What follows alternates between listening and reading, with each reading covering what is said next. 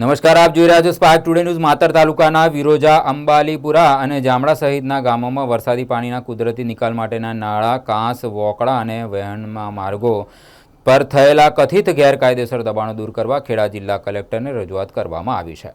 માતર તાલુકા પંચાયતના સદસ્ય જશવંતસિંહ પ્રતાપસિંહ પરમાર દ્વારા કરાયેલ રજૂઆતની નકલ મામલતદાર માતર, ટીડીઓ માતર અને ડીડીઓ નડિયાદને પણ પાઠવવામાં આવી છે। રજૂઆતમાં આક્ષેપ કરાયો છે કે કેટલાક સ્થળોએ માટી પુરાણ, વાળબંધી તેમજ દિવાલો બનાવી કુદરતી પાણીના વહેણને અવરોધવામાં આવ્યો છે, જેના કારણે ચોમાસા દરમિયાન પાણીનો નિકાલ અટકી ગામની શેરીઓ, રહેણાંક વિસ્તારો, ખેતીની જમીનમાં જળ ભરાવાની સ્થિતિ સર્જાવાની દહેશત છે। કેટલાક સરકારી ગૌચર અને કાંસના વિસ્તારોમાં કંપનીઓ દ્વારા પણ દબાણ કરવામાં આવ્યું હોવાના આક્ષેપ છે। સાથે જ તાત્કાલિક સ્થળ તપાસ અને સરકારી રેકોર્ડ મુજબ માપણી કરી ગેરકાયદેસર દબાણો દૂર કરવાની માંગ કરાઈ છે।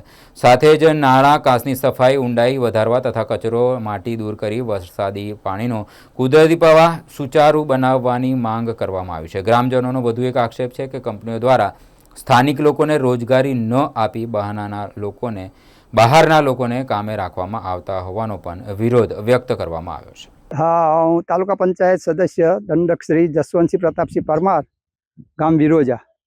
અત્યારે હાલ જે પાણીનું બધું આવ્યું ને, પાણી વરસાદના લીધે બધાની ખેડૂતોની જમીનમાં પાણી ભરાઈ જવાથી અત્યારે હાલ ખેડૂતોને નુકસાની વેઠવાનો વારો આવ્યો છે। અને જે ડાંગર રોપી હતી એ પાણીથી કોવાઈ જાય બધી ડાંગર, અત્યારે હાલ ડાંગરની એ જમીન ખાલી પડી છે। અને અત્યારે હાલ જે ગૌચરની જમીનમાં બે કંપનીઓ ઊભી કરવામાં આવી, એના વંડાની જે દિવાલો છે એ અડચણરૂપ થઈ અને એના લીધે પાણીનો નિકાલ થઈ શક્યો નથી। આ બાબતે અમે જિલ્લા કલેક્ટર શ્રી, ડીડીઓ સાહેબ, તાલુકા પંચાયતમાં મામલતદાર સાહેબ ને બધાને રજૂઆતો કરી દીધી છે। એના માટે યોગ્ય નિકાલ થાય એવી વ્યવસ્થા કરવી। અને અત્યારે હાલ જે પાણી કાંસ છે એ કાંસના પૂરાઈ જાય છે અંદર, અને ઝાડી ઝાંખરાનું પુરાણ થઈ જવાથી પાણીનો નિકાલ જોઈએ એવો થતો નથી। તો એ યોગ્ય નિકાલ થાય એવી વ્યવસ્થા થાય એ ઈચ્છીએ છીએ અમે। શું માંગ છે તમારી? બસ એક કાંસ ઊંડા થાય, એના ગૌચરની જમીનમાં દિવાલોની માપણી કરાયા પછી ખબર પડે કે ભાઈ કેટલી એમને રોકાણ કર્યું છે જમીનનું, ગૌચરની જમીનમાં। લગધીરભાઈ હનુભાઈ ભરવાડ, ગામ વિરોજા, તાલુકો માતર। ખેતરમાં જે પાણી ભરવાની સમસ્યા છે, શું કહેશો? ખેતરમાં જે પાણી સોલરનું નામ તે કંપનીઓ આવી છે, એની અંદર કુદરતી પાણી જવાના નિકાલો હતા, એને આડી દિવાલો પણ કરી લીધી છે, બાંધકામ કરી લીધું છે, એટલે પાણી રોકાઈ જાય છે, એટલે ખેડૂતોના પાકને બધા નુકસાન થાય છે અને ગૌચર એ પણ ડૂબી જાય છે। પાણીનો નિકાલ બંધ થઈ ગયો છે અને ગૌચરમાં દિવાલ કરી છે। શું માંગ છે તમારી? અમારી માંગ એ છે કે ગૌચર છૂટું કરે અને પાણી જવાનો રસ્તો ક્લિયર કરે। જે કાંચ પૂરાઈ ગયા છે, પાણી નિકાલ હતો એ બધો બંધ થઈ ગયો છે, એ બધું ચાલુ કરે। જો આ નિકાલ નહીં થાય તો શું કરશો? નિકાલ નહીં થાય તો ખેડૂતો પણ એની રજૂઆતો અવારનવાર કરી છે, પણ ફરી રૂબરૂ ઉગ્ર રજૂઆત કરશે।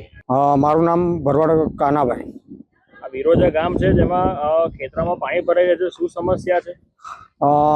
ખેતરોમાં પાણી ભરાઈ ગયું છે તો ખેડૂતોને નુકસાન છે કે ભાઈ પાણી હટતું નથી, તો પછી કંપનીના જે વરંડા થઈ ગયા છે એના કારણે પાણી આગળ જતું નથી।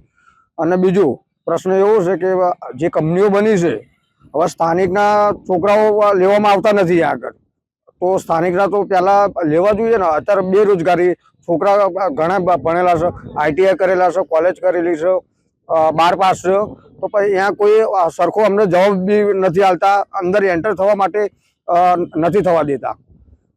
શું કરશો આગળ? હવે રજૂઆત આગળ કરીશું। બધાએ બેરોજગારી જે છોકરાઓ છે એ બધા જોડે સાથે લઈને પહેલાં કંપનીએ જઈશું, કંપનીએથી શું જવાબ આપે છે, કંપની સરખો જવાબ નહીં આપે તો પછી અમે આગળ રજૂઆત કરીશું તાલુકા જિલ્લે।